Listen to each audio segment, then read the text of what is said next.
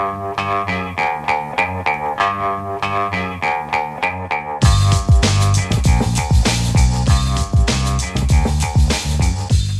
the Brian Lehrer Show on WNYC. Good morning again, everyone. So as we anticipate the 250th birthday of the United States next year, have you ever wondered why we place so much emphasis on the year 1776? After all, the Revolutionary War began the prior year, 1775, and the United States actually gained independence from Britain officially in 1783 when the war ended. One might even argue that the implementation of the Constitution on March 4th, 1789, is a more accurate birthday for the United States government. So why is 1776 the year we observe as the founding of this country? Well, Pulitzer Prize-winning historian and Pepperdine University professor Edward J. Larson has a new book on this very question.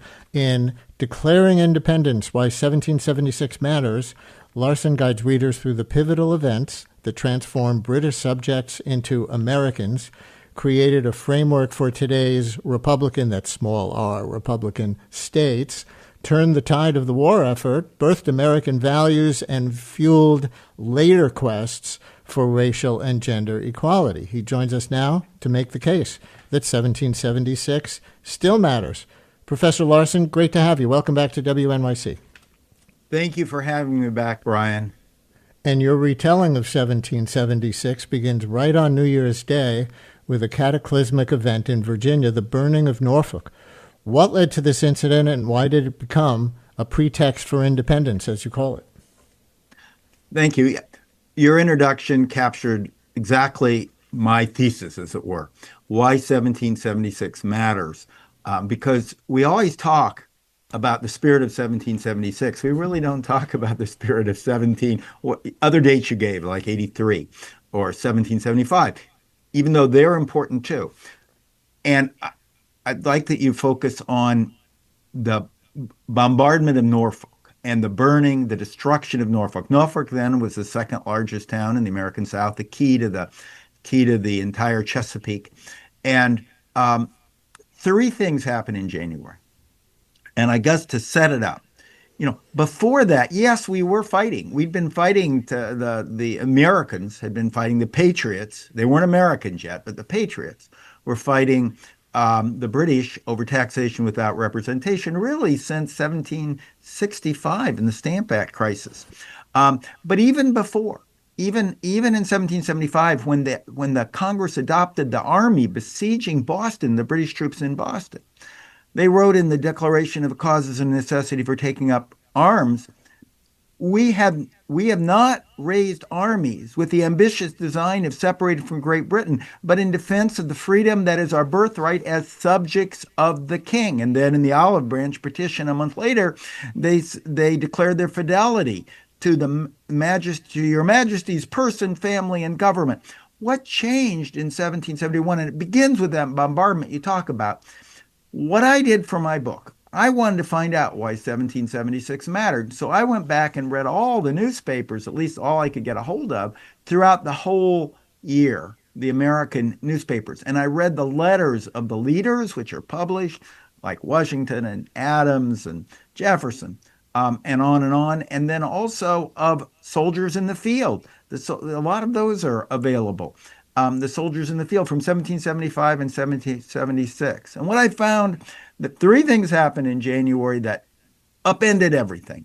One was in January, the King's speech from the throne of the previous October was finally published in America, and you see it in all the newspapers. And in it, the King declares the Americans, the Patriots, in revolution. And he vows to send 20,000 more troops and the largest navy ever assembled by the British to that date.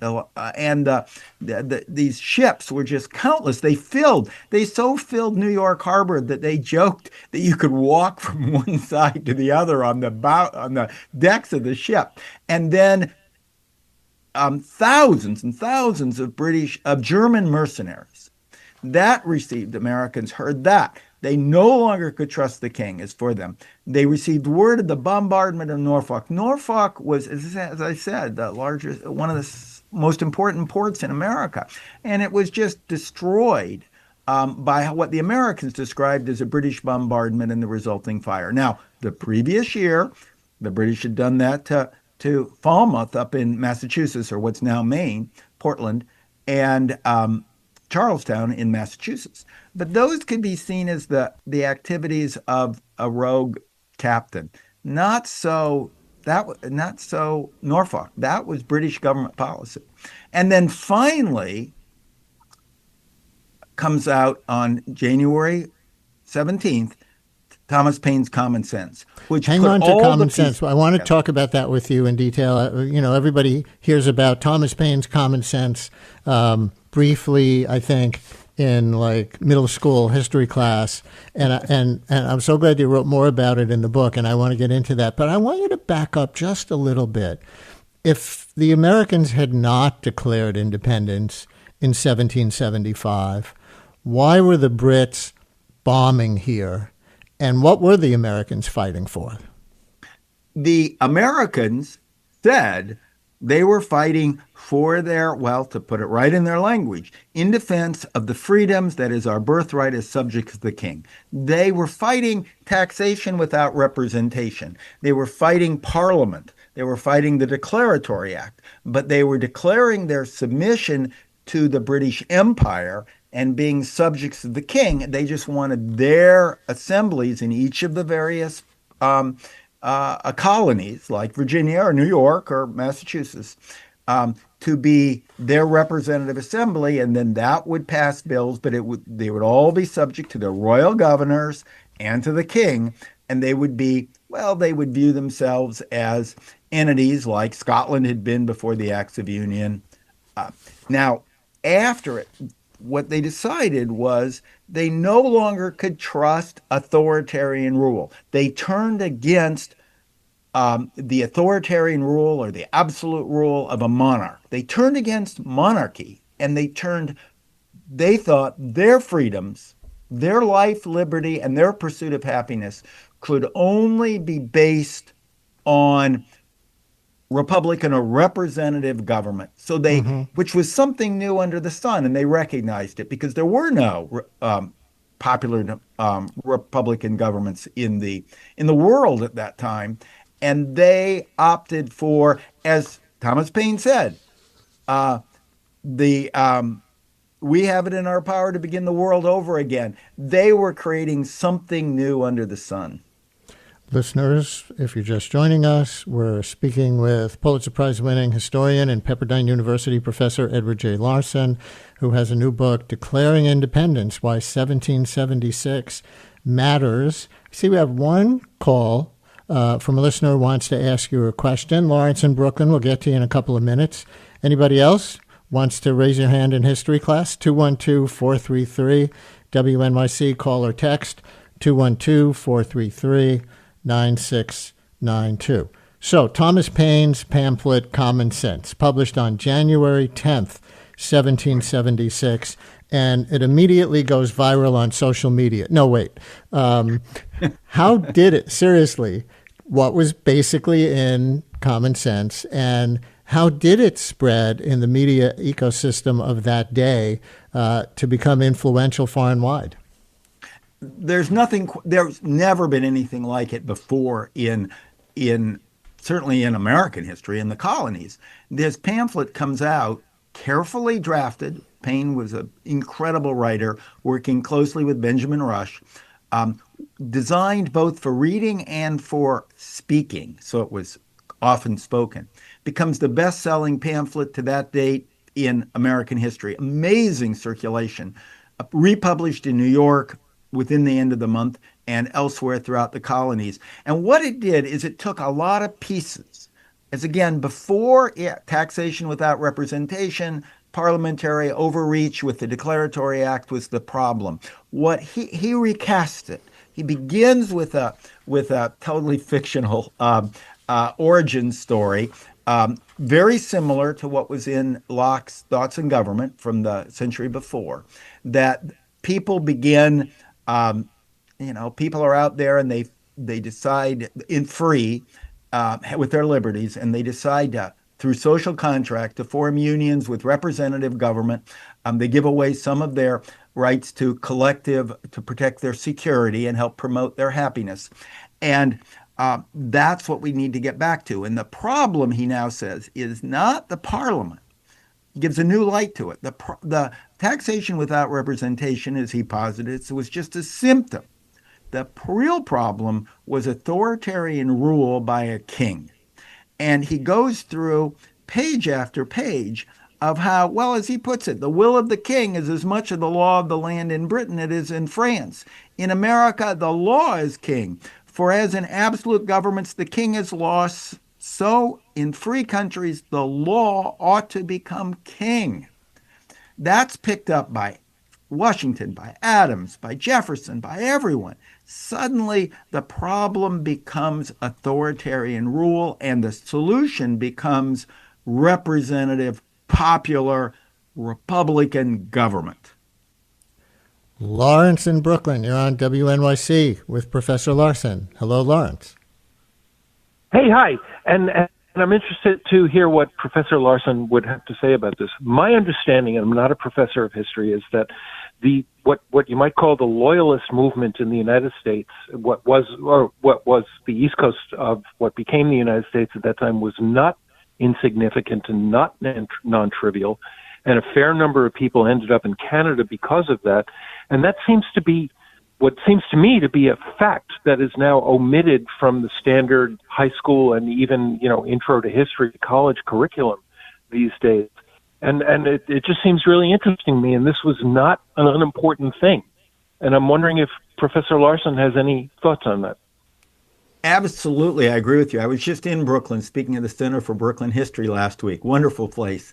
And you make a very important point.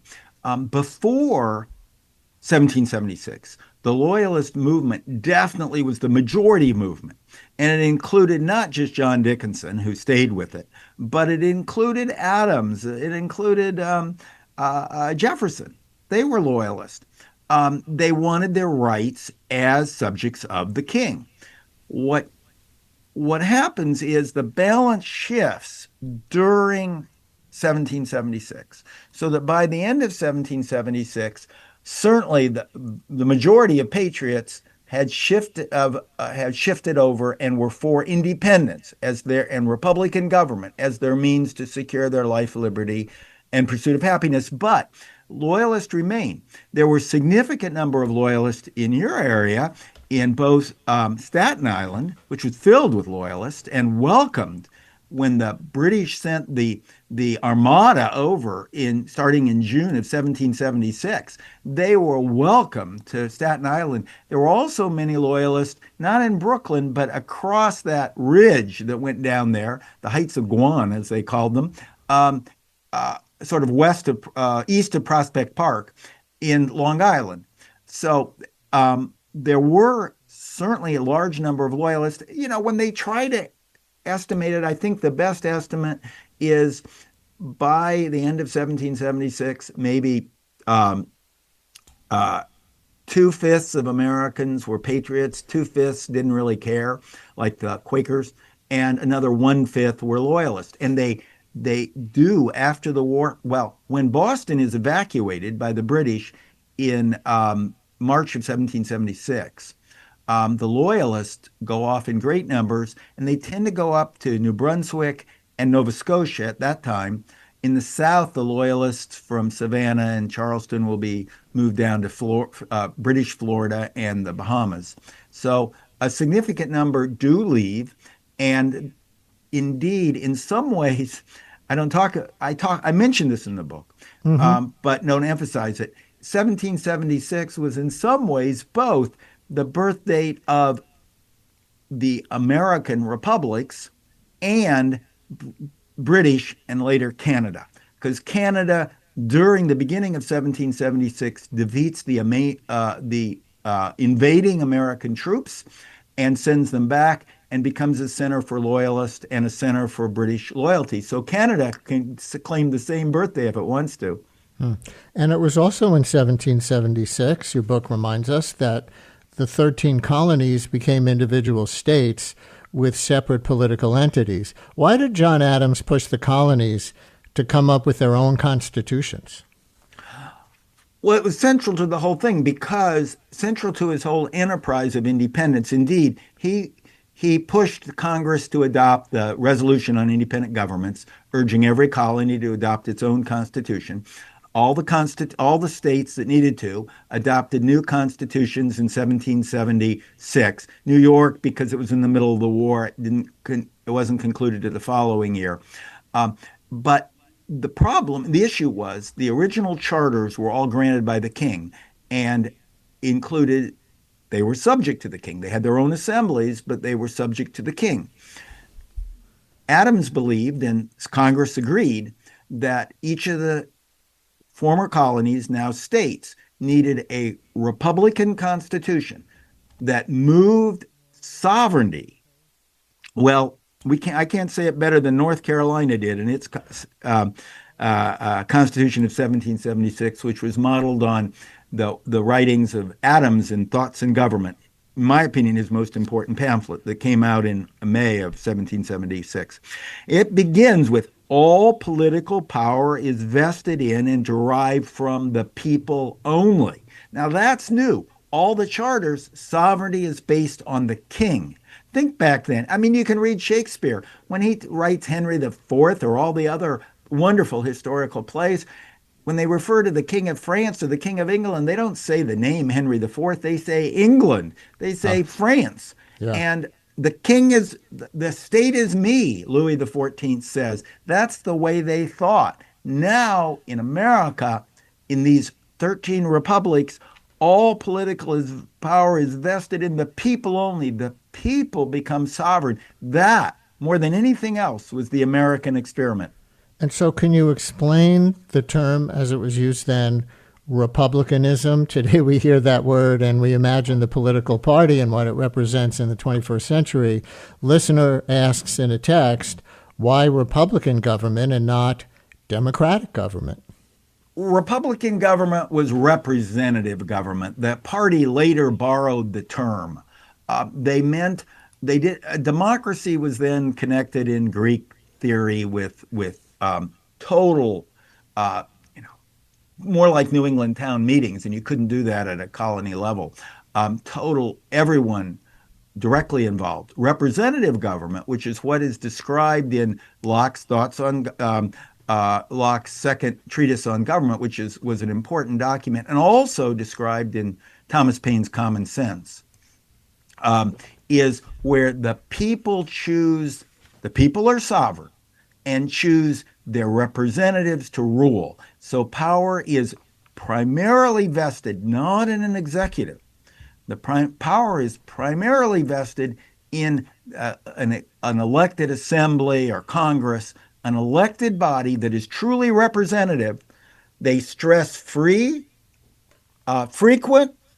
In this case, all the states had annual elections of legislators, free, frequent elections where the people rule through elected representatives. That was their idea of what Republican government was. So my book usually uses the sentence representative government because that captures it better. But both John Adams in Thoughts in Government and Thomas Paine in Common Sense, and then in their writing of the new constitutions, Jefferson and Mason in Virginia, Benjamin Franklin in Pennsylvania, you follow all of these. They were in the middle of a war, and they devoted enormous time to writing these states' constitutions I think Jefferson said it best. When he was spending time in June, when we thought he was writing the Declaration of Independence, which he ended up turning out in a day or two, when he spent most of his time working on the Constitution of Virginia, he wrote, "In truth, it," meaning the Constitution of the state of Virginia, "in truth, it is the whole object of the present controversy. For should a bad government be instituted for us, in future it would have been well that we'd accepted the first bad one offered from beyond the waters," that's England, "without the risk and expense of contest." That says it all. That's what 1776 was about. New state constitutions, Republican government, and the rule of law. My guest is Edward J. Larson, Pulitzer Prize-winning historian. His new book is Declaring Independence, Why 1776 Matters. And Wendy in Springfield, New Jersey. You're on WNYC. Hi, Wendy. Hi. I just have two questions and one shameless plug. Number one, I want to know what the professor thought about what I've read, that one of the other reasons that the Patriots went to war with England was that they heard they were going to end enslavement of Africans, and they didn't want slavery to end because it was an economic, engine of the whole country. And two, that they also heard that the British were going to stop them from pushing west of the Mississippi River and continuing to genocide the Indians. And three, the shameless plug, Springfield, New Jersey Public Library on its website has a video of the Battle of Springfield, which was June 23rd, 1780, and is considered by some to be pivotal in the winning of the war. And full disclosure, I was one of the people who helped make the video. That's great. You want to plug it again, and then we'll get a response, just so it lands with people, and then the professor will talk. Okay, Springfield, New Jersey, the one in Union County, all right?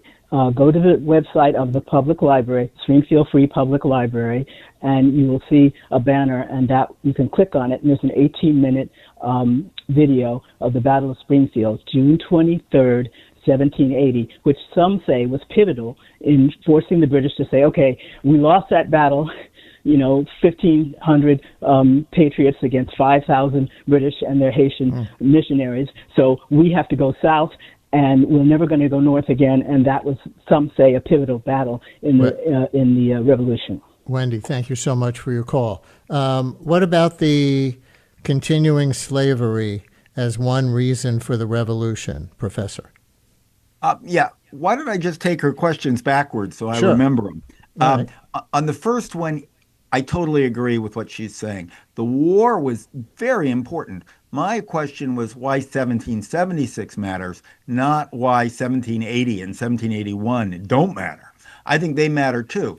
What I find in over the whole period, over the whole revolution, acts inspire words, deeds inspire actions. They go back and forth.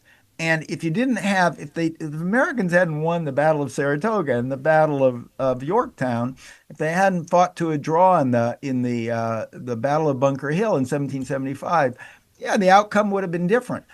What I'm talking about in my book is not the importance or unimportance of Springfield and the other battles. They were important, but it was the ideas of 1776, in my opinion, the ideas of Republican rule. That is representative rule, that the people are sovereign, that the authoritarian rule is wrong, that the rule of law, those ideas is what drove those battles and drove the fight.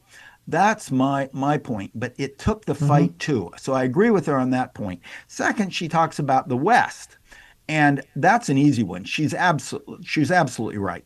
It was the overreach of Parliament.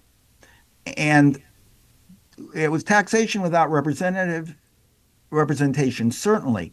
It was a declaratory act, but the Quebec Act, where the frontier was ceded to the now British after the War of the French and Indian War, the now British Canada, when they got the Ohio country, when the colonists thought they had won it by fighting, colonists contributed an enormous number of troops to the French and Indian War. And they were fighting for the frontier because Americans in general felt that their future, what made them different, their economic opportunity lied on the frontier, and that was taken away. So the West is true. But now let's get back to our first point that you wanted to raise, Brian, and that's the role of slavery. I just recently published a book, American Inheritance, Liberty and Slavery at the Birth of a Nation, where I discuss that point in great depth, and I do discuss it in this book as well. The British slavery had always been illegal in Britain. It was okay in their colonies if the colonies adopted a law, and all 13 colonies did by law have chattel slavery. And as did the even richer British colonies in Barbados. That's actually where it began. Chattel slavery began in Barbados and then was carried up first to South Carolina late in the 1600s and on to Virginia early in the 1700s when they adopted the Virginia slave code. What had happened was in the Somerset decision early in the 1770s, the British courts had ruled, led by Lord Mansfield, had ruled that if a British subject in the New World, such as Charleston, the case actually involved an important British official who was from Virginia and went back to England.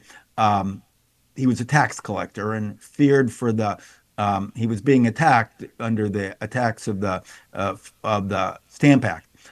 And he went to England with his enslaved house servants. And the English courts freed them.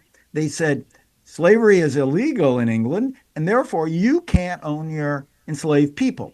And that case was not an isolated case. The case was defended. The rights of Stuart, the fellow from England, from Virginia. He was defended by a consortium that put a lot of money behind it of Carolina and Virginia planters who were incredibly wealthy, and they were often going to England. Often they sent their sons to England to become lawyers, and they wanted to take their house enslaved people. And England ruled you couldn't. As soon as that enslaved person steps foot on England, they're free. And the Americans thought that was rallied against it. It says, wait, you're treating us as second-class citizens. We're just as much British subjects as somebody in England. And if we properly own an enslaved person under the laws of South Carolina or Virginia or Massachusetts, we should be able to take it to England. Therefore, we're being looked down upon. We're being treated as second-class citizens. And that added to the view that the British people, British Parliament, the British King, the British people in general will never treat the colonists as equal subjects. And what the colonists, who were getting rich, of course, and prospering in the New World, found that attack on them as one of the aspects that gets thrown into. And so that's mentioned by Jefferson in his arguments, that's mentioned by Paine, that's mentioned by others as part of the story.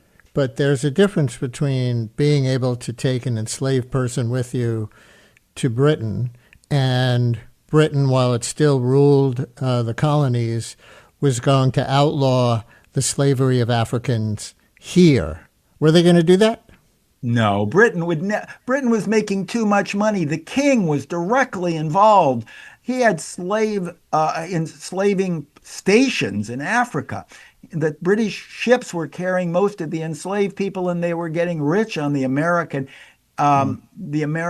products of enslaved labor, the sugar in the Caribbean.